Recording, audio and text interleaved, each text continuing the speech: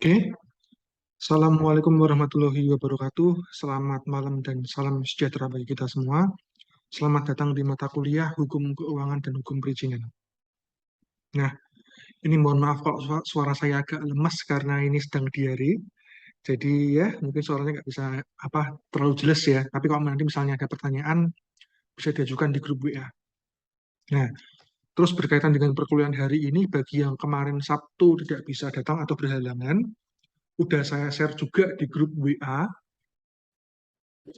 untuk materinya yang kemarin ya. Silakan kalian kaji karena nanti juga ini berhubungan dengan materi yang akan saya bahas pada pertemuan hari ini. Oke, saya akan langsung share screen aja ya.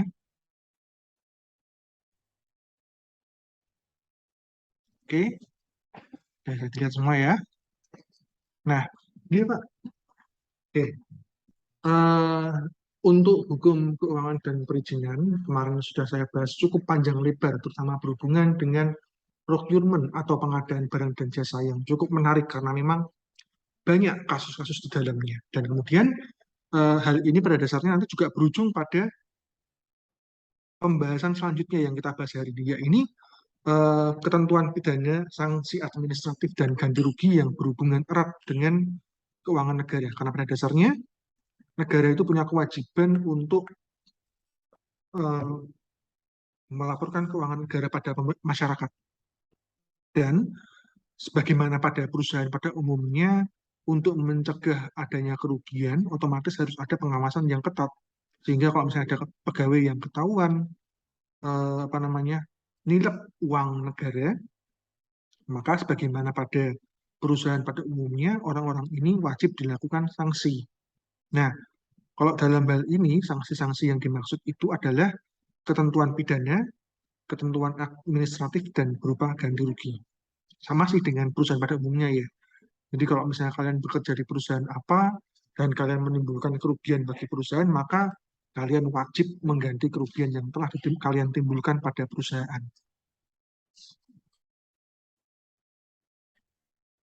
Oke, lanjut ya.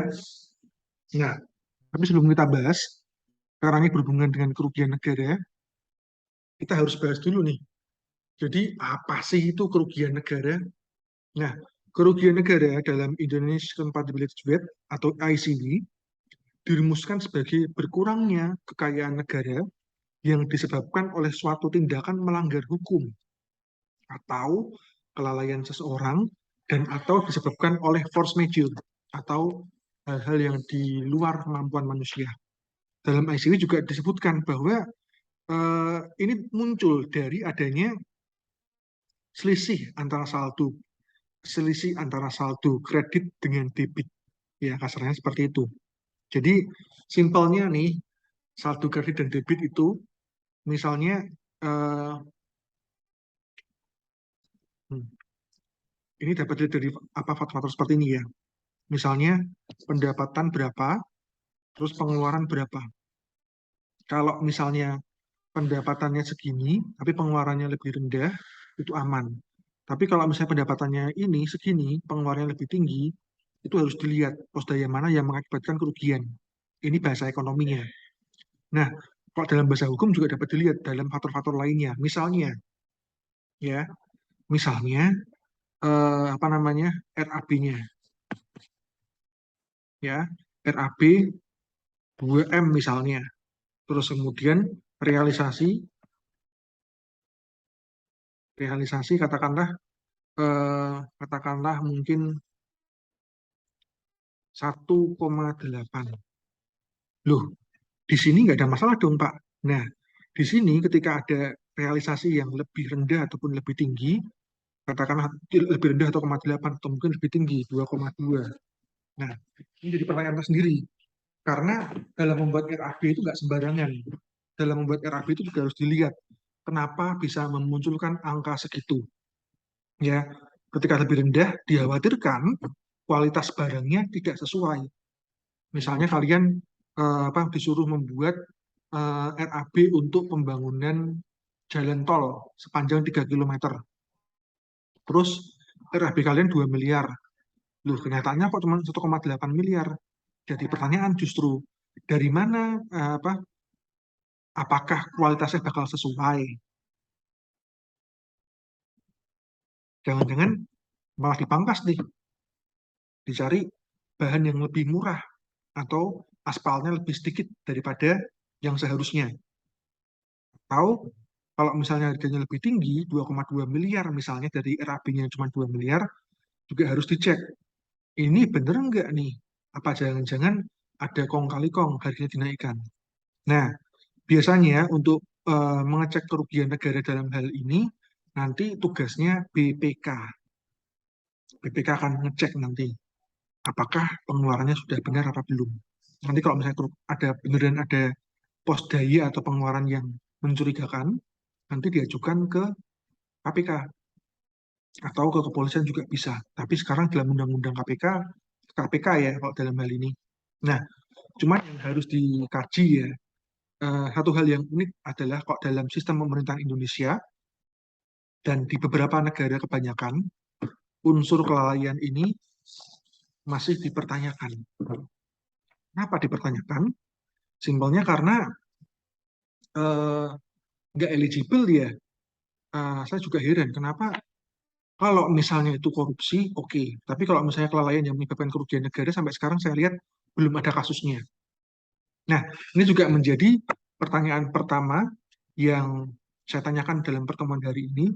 Ya ini sederhananya adalah coba deh sebutkan salah satu contoh kasus di mana seseorang dipidana, bukan dipidana ya, dikenai ketentuan pidana, sanksi administratif atau ganti rugi yang disebabkan karena kelalaiannya dia.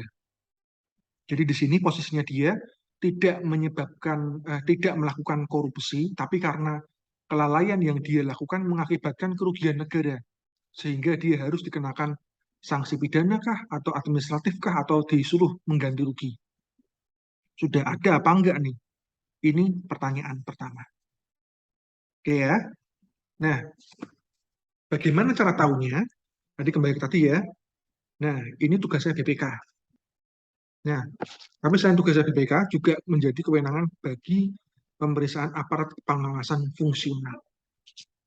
Juga atasan langsung atau kepala kantor.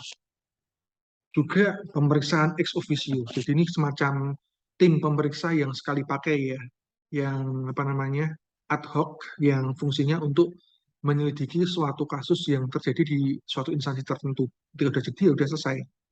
Terus juga melalui pemberitaan media massa atau pengaduan dari masyarakat. Ya, dalam hal ini juga ini berhubungan dengan pertanyaan kedua. Ini ya tadi. Nah, cari ketentuan hukum terkait penanganan kerugian negara melalui jalur sanksi pidana, sanksi administratif, dan ganti rugi. Ya, ini berhubungan dengan pertanyaan pertama tadi ya. Nah, jadi silahkan kalian cari kasus yang udah pernah terjadi yang berhubungan dengan kelalaian. Jadi ini pertanyaan satu tok ya, sanksi atau eh kasus yang diakibatkan oleh kelalaian negara. Ini kelalaian ya. Nah, silakan cari contoh kasus kelalaian negara yang kelalaian yang dilakukan oleh pegawai yang mengakibatkan kerugian negara yang dihukum melalui sanksi pidana kah, administratif kah, atau ganti rugi. Tidak harus semuanya, ya. Bisa salah satu, kalian bisa milih nih, mungkin kasus ini, terus si terpidana tadi, si yang bersalah tadi dikenai sanksi pidana, atau mungkin sanksi administratif, atau mungkin sanksi ganti rugi. Ya, yang diakibatkan karena kelalaian. Kemudian pertanyaan kedua yang berhubungan pada pertemuan hari ini adalah kalau misalnya itu dalam hal ganti rugi, bisa nggak dia diwariskan? Misalnya mungkin saya, saya sebagai pejabat pemerintahan, nggak sengaja melakukan kelalaian yang mengakibatkan kerugian negara. Terus saya kemudian di pengadilan diputus untuk melakukan ganti rugi. Belum selesai saya ganti rugi, meninggal. Bisa nggak tanggung jawab saya untuk mengganti kerugian negara tersebut diwariskan kepada anak saya? Oke, dua pertanyaan ya.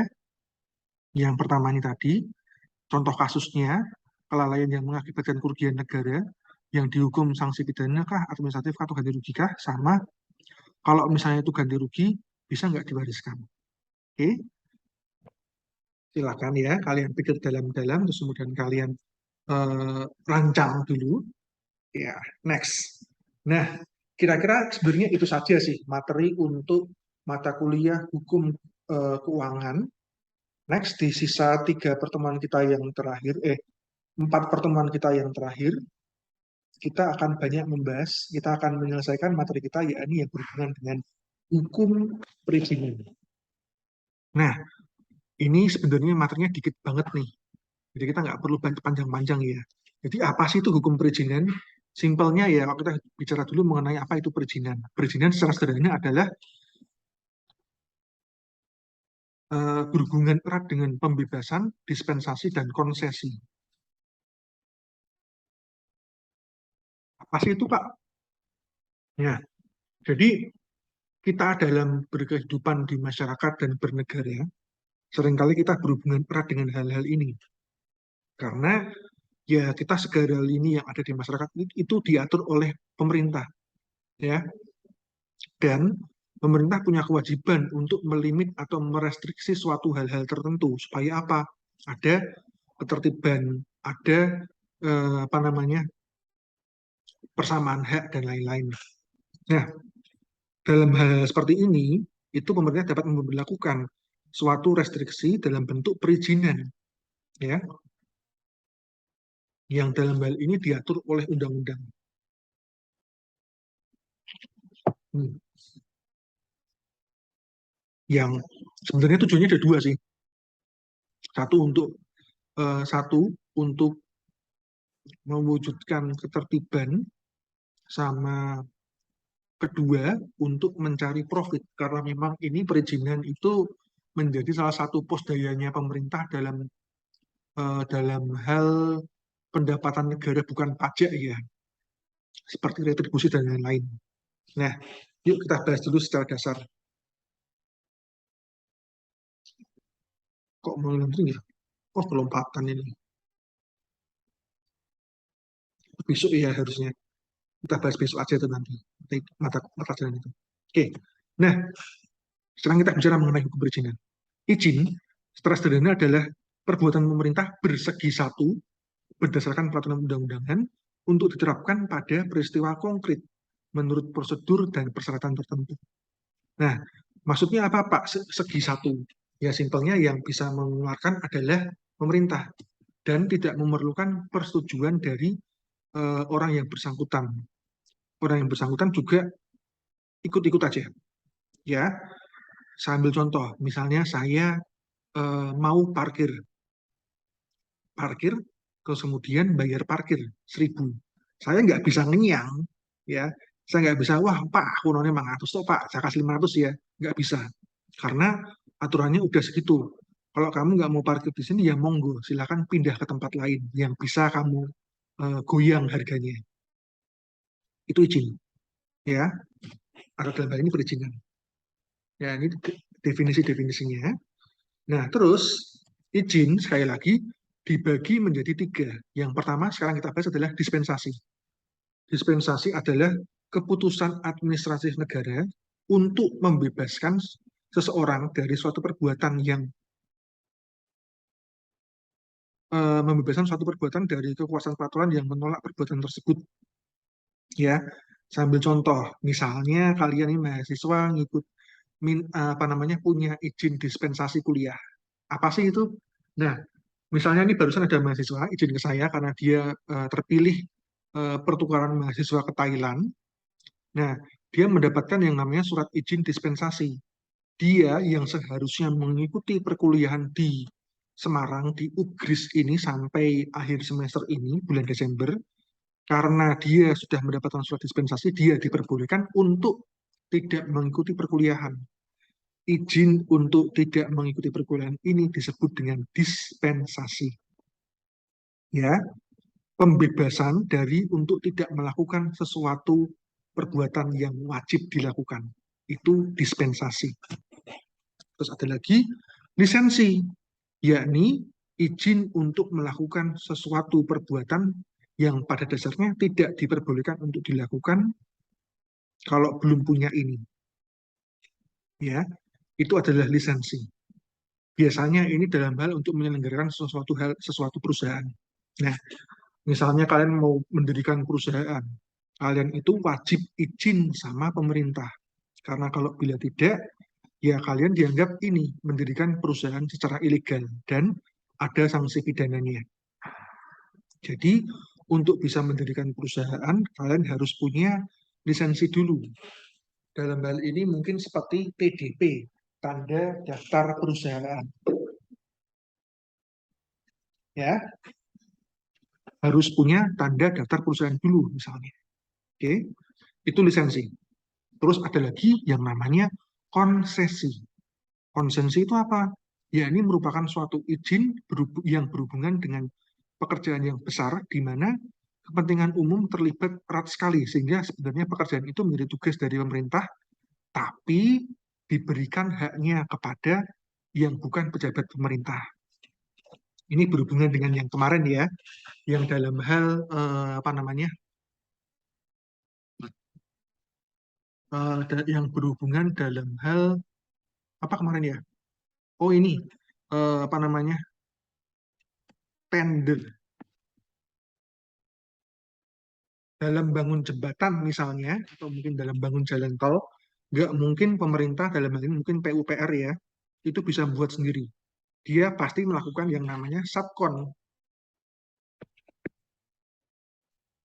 atau membagikan hak untuk melaksanakan kegiatan tersebut kepada pihak lain yang dianggap lebih kompeten atau lebih mumpuni, ngerti dalam bidang tersebut. Itu adalah konsesi. Ya, ini yang menjadi dasar pemerintah dalam membuat yang namanya tender yang berhubungan erat dengan yang sudah kita bahas sebelumnya. Oke, kira-kira dampak itu doang sih. Sama ada juga secara harafiah sih ya. Nah, izin dijelaskan sebagai perkenaan dari pemerintah berdasarkan undang-undang atau peraturan pemerintah yang disyaratkan untuk perbuatan yang pada umumnya memerlukan pengawasan khusus, tapi bagi yang umumnya tidaklah dianggap sebagai hal yang sama sekali tidak dikehendaki. Ya, kira-kira itu aja sih yang bisa saya jelaskan. Saya hanya akan menjelaskan secara garis besarnya saja untuk hukum perizinan. Jadi silakan nanti teman-teman sekalian kaji lebih dalam ya. Ada dispensasi, lisensi, dan konsesi. Dispensasi itu adalah tidak izin untuk tidak melakukan sesuatu hal ya yang wajib dilakukan. Kalau apa dispensasi yaitu, terus kalau lisensi izin untuk melakukan sesuatu hal yang sebenarnya tidak boleh dilakukan, seperti mungkin untuk pengolahan limbah B3 dan macam-macam. Kalau konsesi izin yang diberikan untuk mewakili pemerintah melakukan sesuatu pekerjaan seperti pembangunan jembatan, jalan raya yang dikenal dengan istilah tender. Nah, minggu depan kita akan bahas secara lebih dalam terkait masalah hukum perizinan dan saya rasa mungkin tidak akan panjang-panjang ya untuk pertemuan hari ini. Ini nanti untuk absensinya. Nah, untuk absensi, saya minta teman-teman, saya nggak akan memberikan link Google Form, ya. Silahkan teman-teman sekalian, kecuali si siapa namanya kemarin,